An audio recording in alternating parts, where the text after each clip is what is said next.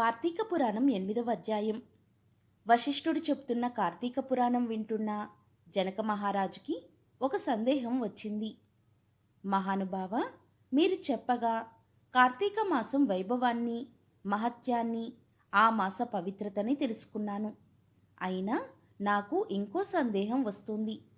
దయచేసి నా యందు అనుగ్రహం ఉంచి నాకు కలిగిన ఈ సందేహాన్ని తీర్చండి అంటూ వశిష్ఠుణ్ణి ప్రార్థించాడు జనక మహారాజు.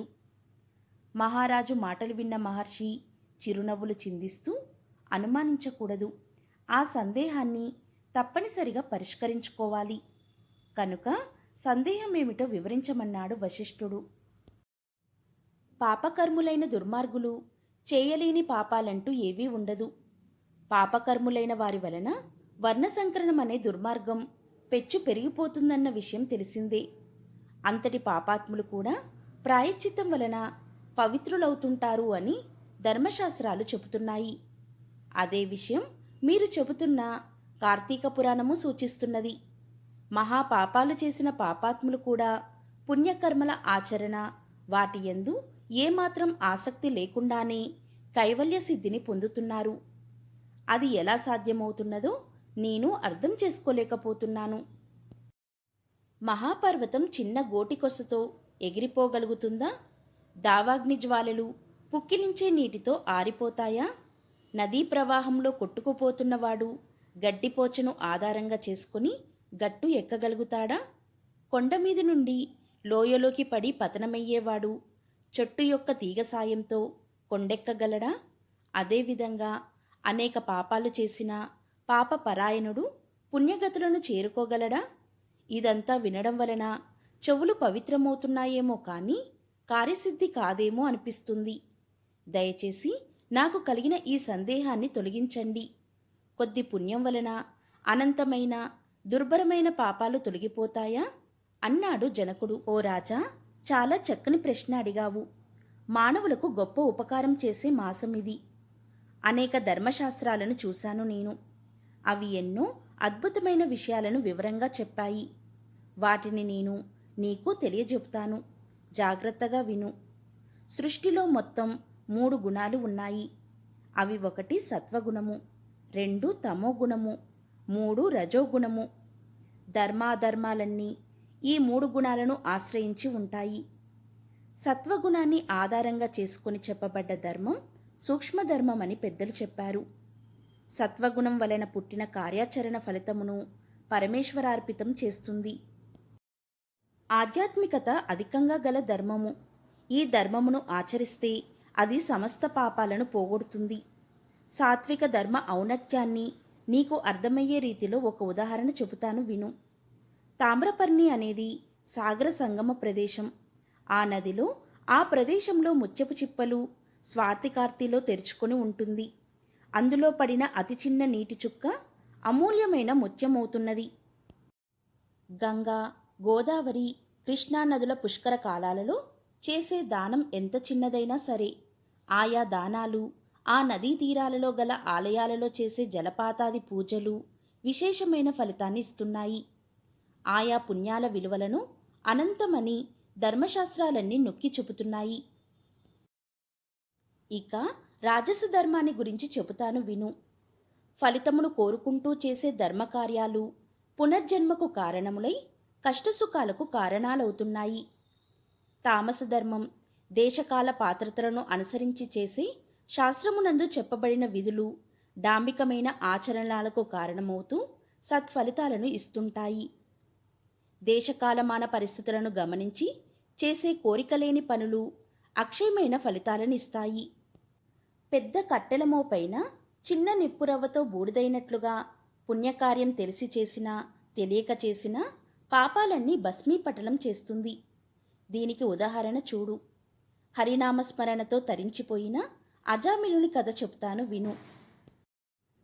కన్యాకుబ్జమనే దేశంలో సత్యవ్రతుడు, సుగుణవతియగు హైమవతి అనే దంపతులు ఉన్నారు. ఆ దంపతులకు లేకలేక ఒక మగపిల్లవాడు పుట్టాడు. ఆ పిల్లవాడికి అజామిలుడు అనే పేరు పెట్టుకొని అల్లారు ముద్దుగా పెంచుకుంటున్నారు. తల్లిదండ్రులిద్దరూ అతన్ని అమితమైన గారాబం చేశారు. దానితో వాడు అడ్డు అదుపు లేనివాడై సమస్త వ్యసనాలకు బానిసయ్యాడు.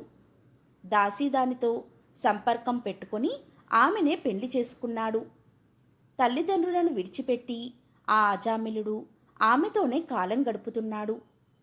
ఒక రోజున ఆ అజామిలుని భార్య చెట్టు నుండి కాయలు కోయడానికి చెట్టెక్కింది. కొమ్మ విరిగి నేల మీద పడడంతో ఆమె మరణించింది.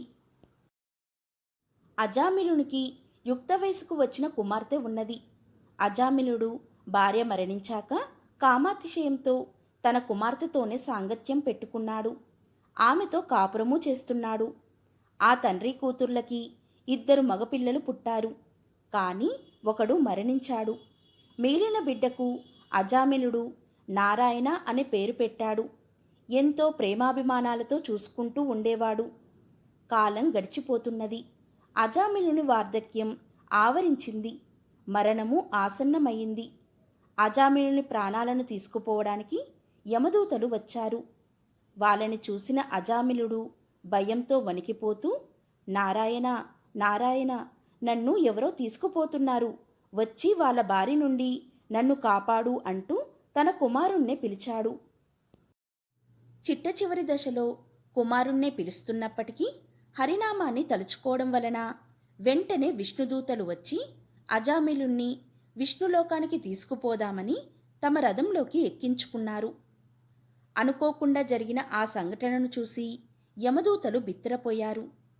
అయ్యల్లారా, అతడు పరమ దుర్మార్గుడు. మానవుల పాపపుణ్యాలకు సూర్యచంద్రులు, 8 దిక్కులు, ఆదిదేవతలు, వాయువు, గోవులు ప్రబల సాక్ష్యాలు. వారు చెప్పే సాక్ష్యాలను అనుసరించి యమధర్మరాజు చిత్రగుప్తుడి చేత చిట్టా రాయిస్తుంటారు.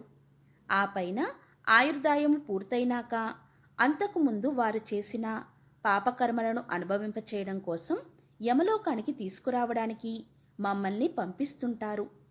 ఆ ప్రకారంగానే పరమ దుర్మార్గుడైన అజామిలుడు చేసిన దుష్కర్మలకు తగిన పాప ఫలితాన్ని అతడి చేత అనుభవింపచేయడం కోసం యమలోకానికి తీసుకుపోదామని మేము వచ్చాము. మరి పాపాత్ముణ్ణి మీరెందుకు తీసుకుపోతున్నారు? మాకు ఏమీ తెలియడం లేదు అని యమదూతలు విష్ణుదూతలతో అన్నారు. వారి మాటలు విన్న విష్ణుదూతలు, సమవర్తి దూతలారా, విష్ణునామస్మరణం సమస్త పాపాలను పోగొడుతుందని మీకు తెలియదా? చనిపోయే సమయంలో హరినామాన్ని తలుచుకోవడం ఎంతటి దుర్మార్గుడికైనా విష్ణులోకాన్ని పొందే అర్హతను ప్రసాదిస్తుంది. అందుకనే ఇతన్ని మేము విష్ణులోకానికి తీసుకుని పోతున్నాము అని చెప్పి అజామిలుణ్ణి తీసుకుని విష్ణుదూతలు వైకుంఠానికి చేరుకున్నారు. పరమ దుర్మార్గుడినైనా క్రూరునినైనా పాతకుడినైన నాకు మరణించే సమయంలో హరినామాన్ని తలుచుకున్నందువలనని వైకుంఠవాసం లభించింది గదా అని శ్రీహరిని తలుచుకుంటూ వైకుంఠానికి వెళ్ళాడు అజామిలుడు.